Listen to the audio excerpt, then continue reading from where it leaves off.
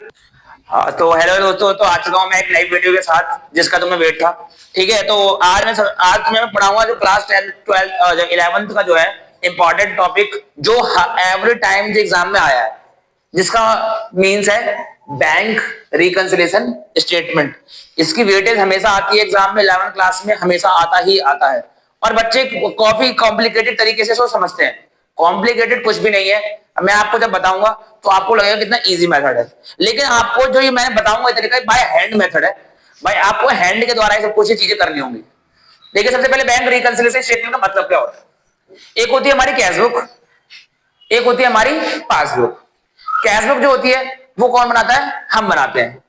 और पासबुक जो होती है वो कौन बनाता है, बैंक बनाता है। कैश बुक बनाते हैं कौन, हम बनाते हैं। और पासबुक कौन बनाता है, बैंक बनाता है ना।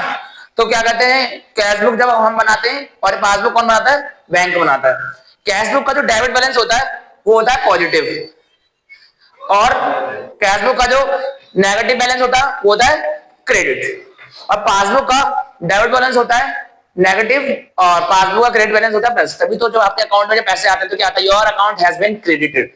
मतलब पासबुक का जो होता है क्रेडिट बैलेंस प्लस होता है और डेबिट बैलेंस क्या होता है, माइनस होता है। ठीक है, और कैश बुक के लिए डेबिट बैलेंस प्लस होता है और क्रेडिट बैलेंस क्या होता है, माइनस होता है।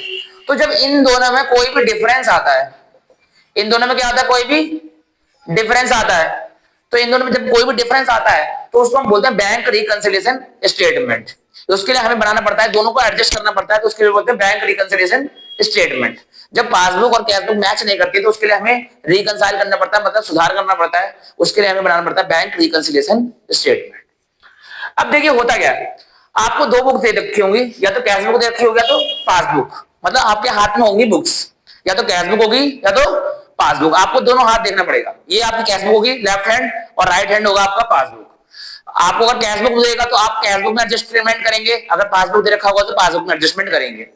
तो मान लेते हैं अगर हमको कैश बुक का बैलेंस दिया है तो चीजें क्या क्या होंगी। अगर कैश चेक तुमने डिपॉजिट करा बैंक में पर क्रेडिट नहीं हुआ, हमने जो है ये हमारे कैश बुक थी, ये पासबुक थी, हमने चेक डिपॉजिट करा तो हमने अपने बुक्स में लिख दिया होगा ये हमारी कैश बुक, हमने अपने बुक्स में लिख दिया होगा, तो हमारी कैश बुक बढ़ा दी हमने। लेकिन पासबुक में अभी तक आए नहीं। अब हमारे पास तरीके दो हैं, या तो हम पासबुक को बढ़ा दें या तो कैश बुक को कम कर दें। लेकिन हमें देखना पड़ेगा बुक्स किसकी है। मैंने क्या बताया आपको, बुक्स हमारे पास कैश बुक की है, तो हमारे पास हम कैश बुक में छेड़खानी कर सकते हैं, तो कैश बुक को कम कर देंगे, मतलब क्या कर देंगे, माइनस।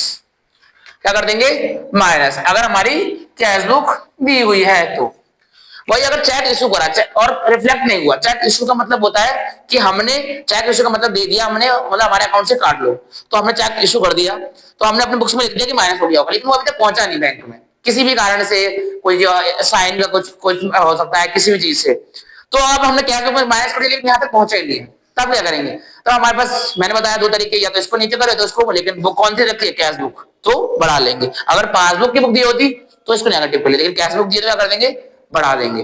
तो हम क्या कर देंगे, प्लस। इंश्योरेंस प्रीमियम अगर डेबिट कर रखा है बैंक, इंश्योरेंस प्रीमियम क्या मतलब, बहुत सारे लोग होते हैं, एलआईसी होता है, जैसे बहुत सारे इंश्योरेंस चीजें लेते हैं। तो अगर ये सब चीजें लेते हैं कोई लोग तो इंश्योरेंस प्रीमियम होता है। तो इंश्योरेंस प्रीमियम अगर बैंक जो होता है ऑटोमेटिकली अगर हम कराते हैं तो बैंक क्या होता है, ऑटोमेटिकली जितना भी टाइम होता है वो काट लेता है। तो बैंक ने काट लिया लेकिन हमें वो पता नहीं चला, तो बैंक ने काट लिया, बैंक ने, ये हमारा बैंक है, ये हमारी कैश बुक, बैंक ने काट लिया। अगर बैंक ने काट लिया तो हमारे पास अब क्या ऑप्शन है, ये इसको हम क्या कर लेंगे, नीचे कर लेंगे, क्योंकि हमारे पास बुक्स कैश बुक की है तो हम कैश बुक में सुधार कर सकते हैं, तो कैश बुक क्या कर देंगे, नीचे कर देंगे। तो बैंक ने काट लिया तो हम भी क्या कर देंगे, minus.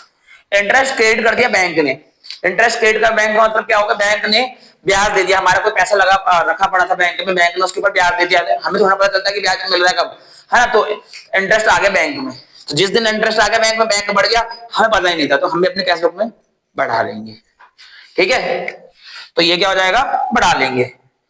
Locker facility charges, bank बहुत सारी ना फैसिलिटीज दे जाती है बैंक्स में, तो ये फैसिलिटी होती है लॉकर फैसिलिटी। इसमें हम क्या कहते हैं, अपने चीजों को रखते हैं, जो अगर हमको अगर लगता है कि हमारा घर सेफ नहीं है तो हम लॉकर फैसिलिटीज में रखते हैं, तो उसके लिए कुछ चार्ज लगता है, बैंक चार्ज करता है हर चीज का।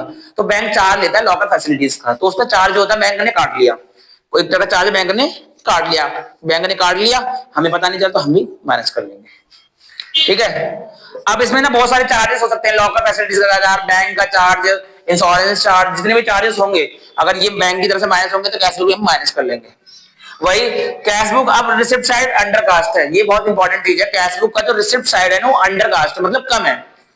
कैश बुक का रिसिप्ट साइड क्या है, अंडर कास्ट। तुम्हें देखना पड़ेगा पहले कैश बुक होती है, कैश बुक कहते हैं। तो देखो कैश बुक होती है हमारी यहाँ, ये होता है हमारा रिसिप्ट साइड और ये होता है हमारा पेमेंट साइड। तो ना ये अंडर कास्ट है, रिसिप्ट साइड अंडर कास्ट का मतलब ये कम है, हमने कम लिख रखा है इसको। इसका मतलब हमारी पेमेंट ज्यादा रखी है, पेमेंट क्या रखी है ज्यादा, इसका मतलब हमने माइनस ज्यादा कर रखा है। तो हमारे पास ऑप्शन क्या है, प्लस कर लेंगे। ठीक है, तो हम क्या कर लेंगे प्लस। ये जितनी भी सारी एंट्रीज है ये एवरी टाइम तो आती आती है, ये इंपॉर्टेंट एंट्रीज है। और भी बहुत सारी एक आध एंट्री ऐसी होगी जो छूट गई होगी, नहीं तो ज्यादातर ना यही एंट्रीज रिपीट होती रहती है होती रहती है होती रहती है। बस तुम्हें एक चीज का ध्यान रखना होगा कि जो हम एंट्री करेंगे वो बैंक रिकंसिलिएशन स्टेटमेंट करेंगे, तो जो स्टेटमेंट करेंगे वो करेंगे 31 मार्च तक। अगर क्वेश्चन में ऐसे लिखा है कि 31 मार्च के बाद क्लियर हुआ चेक, तो वो नहीं माना जाएगा क्योंकि वो अगले ईयर में जुड़ जाएगा। तो इस साल में वो नहीं होगा, और इस साल में वो नहीं होगा तो यहाँ पर डायरेक्ट वो नहीं शो होगा। इसीलिए हम बैंक रिकंसिलिएशन स्टेटमेंट का सिंपली मींस होगा, अगर जैसे कि मैंने कुछ चेक डिपॉजिट करा, अब वो डिपॉजिट बोलेगा कि 2 अप्रैल को क्लियर हो गया, तो आपको ये नहीं सोचना कि क्लियर हो गया, इसका मतलब आपको समझना है कि 31 मार्च तक हो जाना चाहिए। नहीं हुआ तो इसका मतलब नहीं हुआ, फिर आप उसकी तरह से देखेंगे। ठीक है, यही चीज है इसमें बैंक रिकंसिलिएशन स्टेटमेंट में जो मेनली है। बस आपको इस चीज को ध्यान रखना, अगर कैश बुक दिया है तो कैश बुक में एडजस्टमेंट करेंगे, पासबुक दिया है तो पासबुक में एडजस्टमेंट करेंगे। ठीक है, बहुत ही अच्छे से मैंने आपको ये चीज बताई है। अगर ना समझ में आया तो आप मेरे को कमेंट कर सकते हैं, कोई भी अगर उसी में आपको दिक्कत आ रही हो। ठीक है, बाकी ऐसे ही वीडियोस के लिए सपोर्ट के लिए मुझे फॉलो करिए, लाइक कीजिए एंड सब्सक्राइब कीजिए। Thank you.